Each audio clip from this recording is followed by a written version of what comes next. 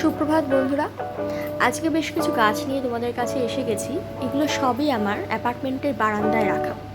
বারান্দায় রোদ কম পাওয়া যায়, যার জন্য আমার গাছ কিন্তু খুব বেছে বেছে লাগাতে হয়। সব রকম গাছ কিন্তু বারান্দায় রাখা যায় না। আজকে আমি তোমাদের সাথে এমন কিছু গাছ শেয়ার করব যেগুলো অতি কম পরিচর্যায় এবং সূর্যের আলো কমেই গাছগুলো বেড়ে ওঠে।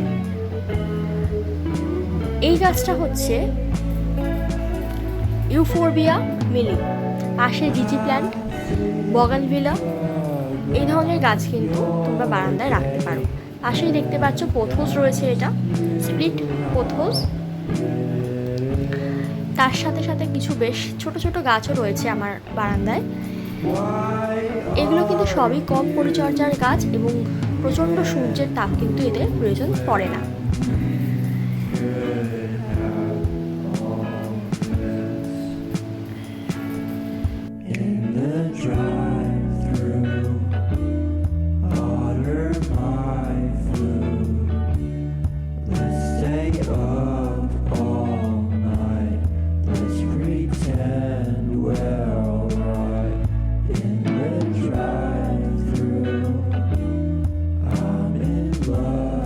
এই রাবার প্ল্যান্ট গাছটি একদমই ইনডোর প্ল্যান্টের মধ্যে রাখতে পারো। এটাকে তোমরা তোমাদের ড্রয়িং স্পেস এরিয়াতেও রাখতে পারো। এগুলো একদমই কম সূর্যালোকেও কিন্তু অনেক দিন থাকে এবং জলও কিন্তু খুব বেশি দরকার পড়ে না। মাটিটা খেয়াল রাখতে হবে যেন ময়েশ্চার পায়। এছাড়া জল যেন একেবারেই দাঁড়িয়ে না থাকে। জল যদি দাঁড়িয়ে যায় তাহলেই কিন্তু এই গাছটি ক্ষতি করে। যদি 2-3 দিন পর পর জল দাও তাহলেও কিন্তু এই ধরনের গাছে কোনো সমস্যা হয় না। আর ইনফ্যাক্ট ডাইরেক্ট সানলাইটেও কিন্তু গাছটার ক্ষতি হতে পারে। তাই যতটা সম্ভব ইনডোরে কিন্তু এই গাছটা খুব কম পরিচর্যায় অনেক দিন তোমরা রাখতে পারো। এটা হলো জিজি প্ল্যান্ট। এই প্ল্যান্টটাও কিন্তু ইনডোর প্ল্যান্ট, আর এটাও কিন্তু একই রকমভাবে অল্প জল এবং অল্প আলোতেই যথেষ্ট ভালো থাকে। ডাইরেক্ট সানলাইট, ওভার ওয়াটারিং একমাত্র এই গাছকে ক্ষতি করে। এছাড়া কোনো রকম সমস্যা কিন্তু এই গাছটাতে তোমরা ফেস করবে না। তোমরা চাইলে এটাকে ঘরের ভিতরেও রাখতে পারো, ব্যালকনিতেও রাখতে পারো, কিন্তু ডাইরেক্ট সানলাইট বা ওভার ওয়াটারিং কোনোভাবেই কিন্তু গাছটাতে প্রয়োজন নেই। যদি সম্ভব হয় তোমরা 2-3 দিন পর পরও জল দিতে পারো কিংবা স্প্রে করতে পারো ওয়াটার। বিশেষ করে পাতাগুলোর ক্ষেত্রে তোমরা যদি জল স্প্রে করে দাও, পাতাগুলো যদি পরিষ্কার থাকে তাহলেই কিন্তু গাছ যথেষ্ট ভালো থাকে। একেবারেই কিন্তু এই মাটিতে জল যেন না দাঁড়িয়ে যায়। এই মাটিগুলোর ক্ষেত্রে বিশেষ করে বালি, কোকোপিট এগুলো কিন্তু ভীষণ দরকারি, কারণ একেবারেই কিন্তু জল নিষ্কাশন ব্যবস্থাটা পরিষ্কার থাকতে হবে। কোনোভাবেই যেন মাটিতে জল না দাঁড়িয়ে যায়, তাহলেই কিন্তু গাছের ক্ষতি হবে।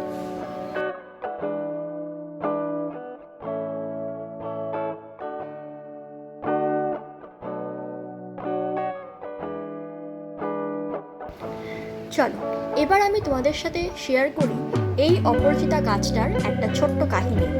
এখন যে গাছটা তোমরা দেখতে পাচ্ছ, এই গাছটাতে তোমরা কচি কচি পাতা দেখতে পাচ্ছ, কিন্তু এই গাছটা একেবারেই মৃতপ্রায় অবস্থায় পৌঁছে গিয়েছিল। এই গাছটা আমাকে বহুদিন ফুল দিয়েছে, প্রায় বছর দেড়েক হবে। আর এই নতুন অপরাজিতা গাছটা সদ্য কেনা। এই গাছটা বহুদিন ফুল দেওয়ার পর একটা সময় এলো যখন গাছের মধ্যে প্রচণ্ড পোকামাকড়ের উপদ্রব শুরু হলো। মিলিবাগ, স্পাইডার মাইটস, তোমরা জানো ফুল গাছে কিন্তু পোকামাকড় হওয়াটা খুবই একটা কমন ব্যাপার। ঠিক এরকম সময় একটু একটু করে গাছটা কিন্তু শুকোতে শুরু করলো। প্রথমত পাতায় প্রচণ্ড ইনফেকশন ছড়িয়ে গেল। প্রচুর কীটনাশক ব্যবহার করেও কিন্তু আমি কোনো উপকার পাচ্ছিলাম না।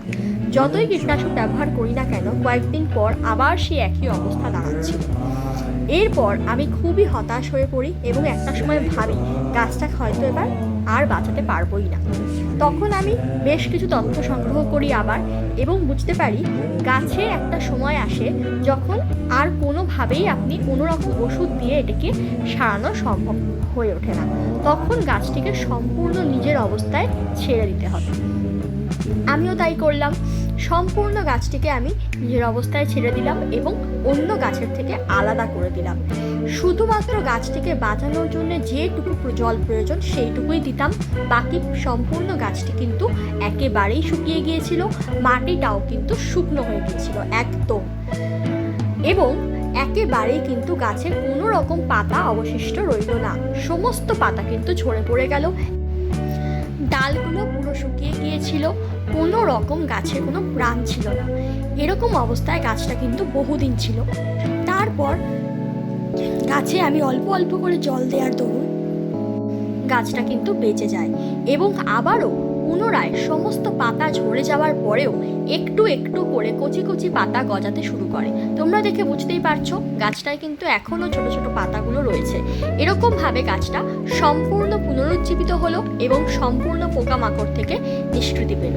তোমাদের জন্যও আমি এটাই বলবো, যারা এরকম মিলিবাগ বা স্পাইডার মাইটসের সমস্যায় ভুগছো, যদি একটা সময়ের পর তোমরা বুঝতে পারো যে কোনো ওষুধই কাজ করছে না, তখন গাছটাকে শুধু প্রাণ বাঁচানোর জন্য যেটুকু জলের প্রয়োজন সেটুকু দেবে, বাকি গাছটাকে আর কোনো রকম তোমরা সার প্রয়োগ বা কীটনাশক প্রয়োগ না করে নিজের অবস্থায় ছেড়ে দেবে। ঠিক তোমরা কিন্তু উপকার পাবে। আজকের ভিডিওটা তোমাদের কেমন লাগলো অবশ্যই কিন্তু আমাকে কমেন্ট করে জানিও। তোমরা যদি কোনো গাছের বিষয়ে ডিটেল জানতে চাও সেটাও আমাকে কমেন্ট করে বলো।